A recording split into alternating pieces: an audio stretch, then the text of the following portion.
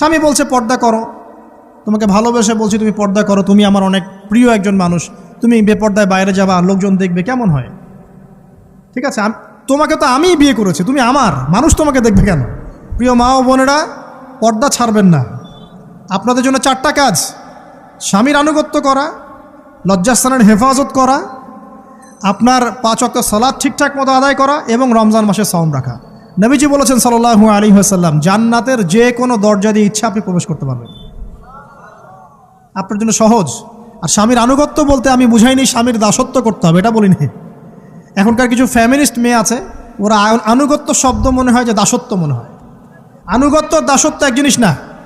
আনুগত্য কি? স্বামী কোরআন সুন্নাহর অনুকূলে কোনো কথা বলেছে, আপনি মানবেন।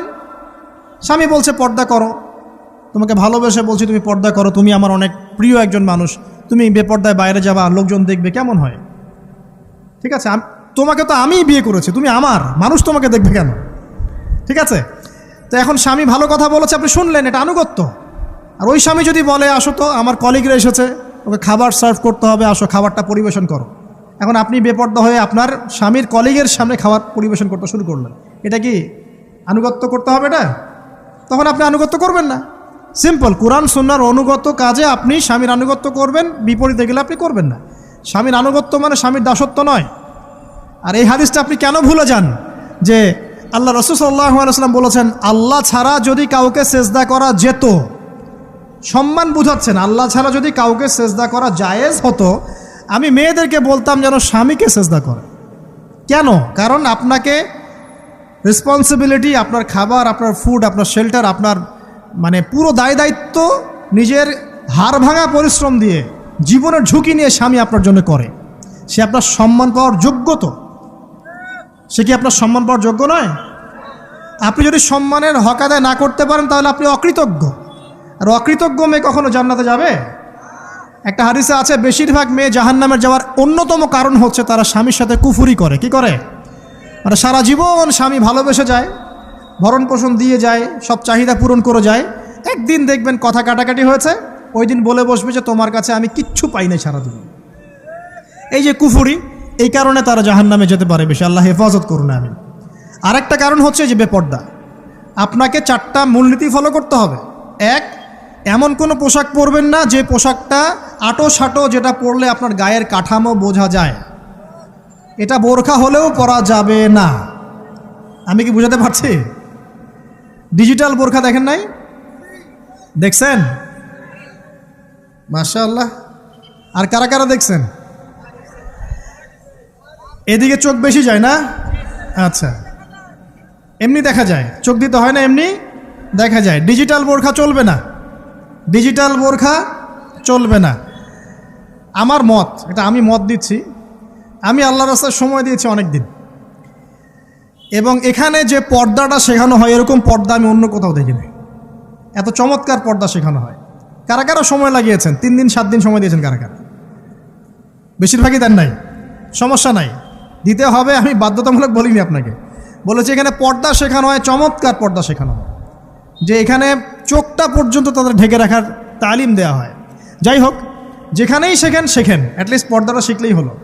এমন পোশাক হবে না যেই পোশাকটা আটো সাটো, যেটা পরে আপনার গায়ের কাঠামো বোঝা যায়। 2 নম্বরে এমন পোশাক পরা যাবে না যেই পোশাকটা পরলে বাহির থেকে ভিতরের অঙ্গ দেখা যায়। দেখেছেন? দেখেন নাই? দেখছেন হুজুর? আচ্ছা, আপনারা তো সব দেখেন দেখি। তারপরে 3 নাম্বার, এমন পোশাক পরা যাবে না যেটা অমুসলিমদের সাথে সাদৃশ্য আছে। কথা বুঝতে পারছেন?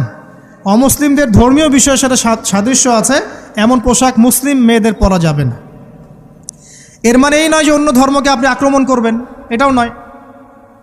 যে যার ধর্ম তাদের স্বাধীনতা মতো পালন করবে। মুসলিমরা বাধা দিবে? দিবে না। মুসলিমরা দাওয়াত দিতে পারে। কি করতে পারে? দাওয়াত দিতে পারে যে ভাই, যে লা ইলাহা ইল্লাল্লাহর কনসেপ্ট আপনাকে বুঝাচ্ছি, আল্লাহ ছাড়া কোনো মাবুদ নাই, মুহাম্মদ সাল্লাল্লাহু আলাইহি ওয়াসাল্লাম সর্বশেষ রাসূল, এই কোরআন পড়ুন, হাদিস পড়ুন, দেখুন এটাই হচ্ছে মানবতার মুক্তির সনদ। এরপর যদি সে ইসলাম কবুল করে আলহামদুলিল্লাহ, যদি না করে এর হিসাব কে দিবে? সে নিজে দিবে। এর হিসাব কি আমাকে দেওয়া লাগবে? দেওয়া লাগবে না। তো অমুসলিমদের সাথে সাদৃশ্য আছে এমন পোশাক চলবে না। আর 4 হচ্ছে, পুরুষরা মেয়েদের পোশাক পরতে পারবে না মেয়েরা পুরুষদের পোশাক পরতে পারবে না। জি, আপনাদেরকেই বলছি, আপনারা জিন্স পরতে পারবেন না, মেয়েদেরকে বলছি, এবং টি শার্ট পরতে পারবেন না। আপনারা ওই যে যা ইচ্ছা তাই ড্রেস পরে বলবেন যে হাজার বছরের সভ্যতা সংস্কৃতি, এসব বাজে কথা চলবে না এখানে। এটা হাজার বছরে কোনোদিনও আমাদের দাদা নানিরা এগুলা এগুলা কখনো পরে নাই। পড়ছে? আপনার দাদি কখনো এরকম পরছিল শাড়ি? তো এই যে বললো হাজার বছর থেকে পরে আসতেছে নাকি। সুবহানাল্লাহ। তো এখানে বিষয়টা হচ্ছে পুরুষ মেয়ের পোশাক পরতে পারবে না, মেয়ে পুরুষের পোশাক পরতে পারবে না। আমি খুব সংক্ষিপ্ত করে আপনাকে কোরআন সুন্নাহ থেকে 4টা মূলনীতি বলে দিলাম। এই 4টা মূলনীতি কোরআনেও আছে, হাদিসেও আছে। আসেন, এই যে নারীর অবমাননা, এই বিষয়টা আইয়ামে জাহিলিয়াতে যেমন ছিল, এখন দেখবেন আরও বড় পরিসরে এসেছে। আসে নাই? এই যে ফ্যাশন শো, দেহের প্রদর্শনী, বিভিন্ন ফিল্মস দেখবেন, ফিল্ম ইন্ডাস্ট্রিজে দেখবেন, মিউজিকে দেখবেন, পর্নে দেখবেন, মেয়েদের দেহটাকে নিয়ে ব্যবসা করা হচ্ছে। আগে তো না হয় কন্যা সন্তান হলে জীবন্ত পুঁতে ফেলতো নাকি, এখন যদি গর্ভের বাচ্চা মেয়ে জানে, অনেকে আগেই মেরে ফেলায়। বোঝেন নাই মনে হয়? অনেকে যদি জানে যে গর্ভে মেয়ে সন্তান আছে, আগেই মেরে ফেলায়। এমন অনেক দেশ আছে, আমি নাম বলছি না দেশের সঙ্গত কারণে, যে সেই দেশে এরকম মেয়ে সন্তানকে এই যে খালাস করে ফেলার, নষ্ট করে ফেলার, ভ্রূণ নষ্ট করার আলাদা ক্লিনিক আছে, আলাদা হসপিটাল আছে। বলে নাউজুবিল্লাহ। তো আসলে ওই 1450 বছর আগের মানুষটা বেশি বর্বর ছিল না আমরা বেশি বর্বর? এই অধিকারের কথা বলে বলে আমরা মেয়েদের দেহটাকে নিয়ে এখন মস্করা করছি, তামাশা করছি। সবচেয়ে সেরা অধিকার কোথায় পাবে? কোরআনে পাবে, হাদিসে পাবে, ইসলামে পাবে।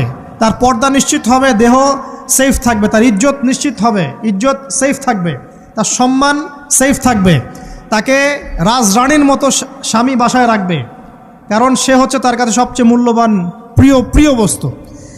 শুধু তাই নয়, সম্পত্তির অধিকার তাকে দিতে হবে।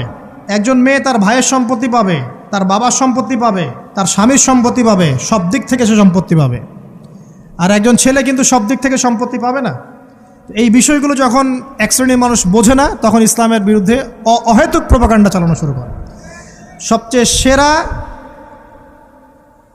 সম্মান রক্ষার উদাহরণ দেয়া হয়েছে ইসলামে, কোরআনে এবং হাদিসে। এই কথাটা আপনাদের মা বোনদেরকে বোঝাবেন, তবে নম্রতার সাথে বোঝাবেন, কারণ উচ্চবাচ্য করলে তারা কথা শুনবে না। আর আল্লাহ রাসূল সাল্লাল্লাহু আলাইহি ওয়াসাল্লাম বলেছেন, কিছুটা বাঁকা হাড় দিয়ে তাদেরকে তৈরি করা হয়েছে। যদি আপনি শক্ত করে চাপ দিতে যান তাহলে ভেঙে যাবে, আর যদি আপনি ওই অবস্থায় ছেড়ে দেন তাহলে বাঁকাই থেকে যাবে। এখানে আপনাকে হিকমা অবলম্বন করতে হবে। আল্লাহ পাক তৌফিক দান করুন। একটা বিষয় বলছিলাম, ওই যে শিরকের পাপ এখন গ্লোবালাইজেশন হয়েছে না, ওই সুদের পাপ এখন গ্লোবালাইজেশন হয়েছে না। গ্লোবালাইজেশন বোঝেন? মানে বিশ্বায়ন, পুরো বিশ্বে ছড়িয়ে পড়েছে না। আর একটা হচ্ছে এই যে মেয়েদের অবমাননা, এটা সারা বিশ্বে ছড়িয়ে পড়ে নাই। আচ্ছা, আর দুটা বলবো, এরপর বলে আমি শেষের দিকে যাচ্ছি। আসেন, একটা হচ্ছে মাদক। আইয়ামে জাহিলিয়াতের অন্যতম সেরা পাপ ছিল কি? মাদক। ওই যে বলছেন জাহিলি যুগ, কেন বলছেন জাহিলি যুগ? বিকজ ওইখানে মাদক খেত মানুষ বেশি। এখন বলেন, ওখানে না হয় মক্কায় মাদক খেত মানুষ, এখন সারা বিশ্বে মাদক ছড়িয়ে পড়ে নাই? বেশি না কম? এখন এই যে নতুন নতুন মাদক আসছে, ইয়াবা, আরও নাকি কি আসছে নতুন নতুন, আমরা নামও জানি না। এই যে গাজার নাম জানি, ফেন্সিডিলের নাম জানি, আর কি আছে, হিরোইন বলেন, আর দু একটা, আফিম, আর কি আছে? হ্যাঁ, রেন্ডি। সুবহানাল্লাহ, এই নামও কখনো শুনি নাই আমি। আচ্ছা শোনেন, বিষয়টা হচ্ছে, দেখুন, এই বিষয়টা কি হালাল না হারাম? আচ্ছা, এটাকে যদি আমরা হালাল করে নেই তাহলে কি হবে? কুফরি হবে না শিরক হবে? শিরক কুফর দুটোই হচ্ছে। কিন্তু এখন মক্কার কিছু মানুষ মাদক খেয়েছে বুঝলাম, আল্লাহ রাব্বুল আলামিন ধাপে ধাপে এখান থেকে বের করেছেন। প্রথমে বলেছেন মদ খেয়ে নামাজের ধার কাছে যেও না। হ্যাঁ, তারপরে বলেছেন এই যে মাদকে কিছুটা উপকার আছে কিন্তু বেশি ক্ষতি। তারপর বলেছেন খেয়ে নামাজের কাছে যেও না। তারপর ধাপে ধাপে শেষের দিকে এসে আল্লাহ পাক বলেছেন যে এটাকে ছেড়ে দাও। সূরা মাইদায় পড়ে দেখেন, এটা শয়তানের কাজ। তখন সাহাবায়ে কেরাম রাদিয়াল্লাহু আনহুম পুরোপুরি মাদক থেকে নিজেদেরকে মুক্ত করলেন। এরপরে কি কখনো তারা মাদক ছুঁয়েও দেখেছেন? বরং মাদক দ্রব্য সেবন করলে 40টা লাঠি বেত্রাঘাত করতে হয়, ইসলামিক শাস্তি। কয়টা লাঠি?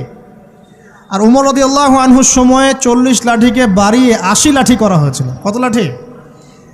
80 লাঠি কিন্তু আরও একটা পাপের শাস্তি আছে, বলবো?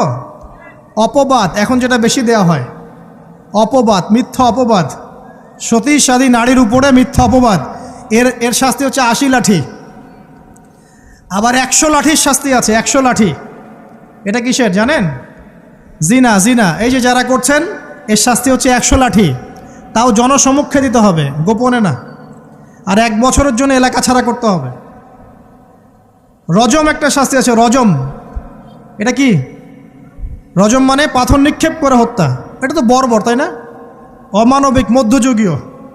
এসব কথা শুনছেন না? শোনেন, কিছু কিছু বিষয় আছে যে বিষয়গুলো করার পরে এই পৃথিবীতে মানুষ বেঁচে থাকার অধিকারটা হারিয়ে ফেলে।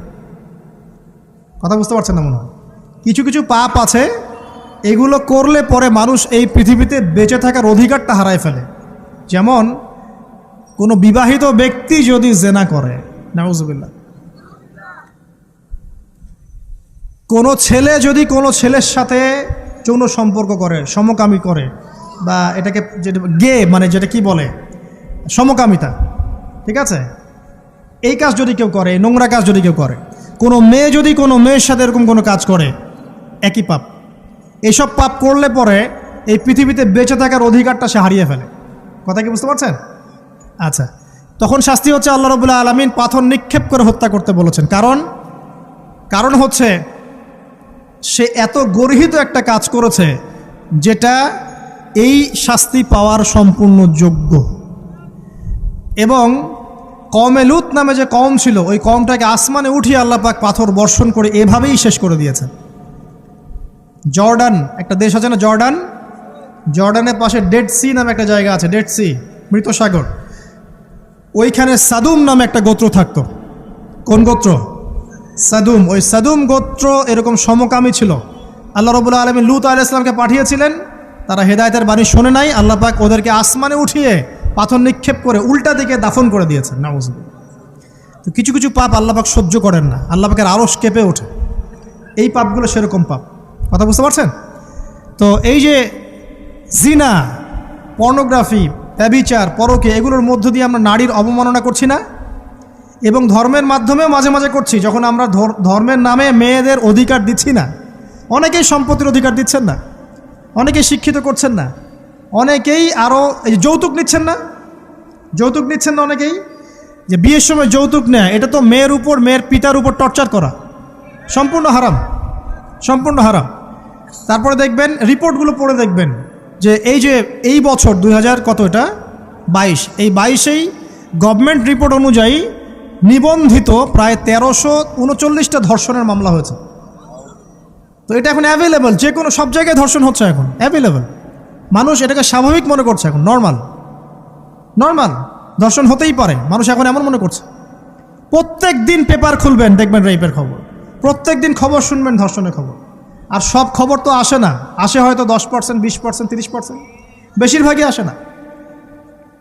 এলাকায় মোড়ে মোড়ে দেখবেন, গ্রামে গঞ্জে শহরে বন্দরে খালি ইফটিজিং, ইফটিজিং দেখবেন, খালি ইফটিজিং। মেয়েদেরকে যৌন হয়রানি করা হচ্ছে, বাসে, অটোতে, টেম্পুতে, সব জায়গায়। বাসের মধ্যে মেয়েকে রেপ করে ফেলা হচ্ছে। একটা বাচ্চা মেয়ে যে বোঝেও না যে সেক্সুয়াল বিষয়গুলো কী জিনিস, ওকেও রেপ করা হচ্ছে। এই যে মহামারী, আপনি তো বুঝতে পারছেন না যে আমরা কোন সমাজে আছি। এই সমাজে আপনার মেয়ে তো সেফ না, আমার মেয়ে তো সেফ না। আমার মেয়ে, আপনার মেয়ের ভবিষ্যৎ কি হবে, এর ভবিষ্যতের নিশ্চয়তা কে দিবে? আপনার মেয়ের ইজ্জতের ভবিষ্যতের নিশ্চয়তা কে দিবে? এই নিশ্চয়তা দেওয়ার মতো মানুষ কোথায়, নেতা কোথায়? কারো ঘরের স্ত্রী, কারো ঘরের বোন, কারো ঘরের মেয়ে এখন সেফ না। বাসে, ট্রাকে, ট্রেনে, অটোতে, সব জায়গায় হতে পারে। আর এগুলোকে আমরা প্রমোট করছি, এখন নগ্নতাকে প্রমোট করছি, পর্নকে প্রমোট করছি। এই নগ্নতা, পর্ন, এসব দিয়ে মানুষের মাথাটাকে পুরো জানোয়ার বানিয়ে ফেলা হয়েছে।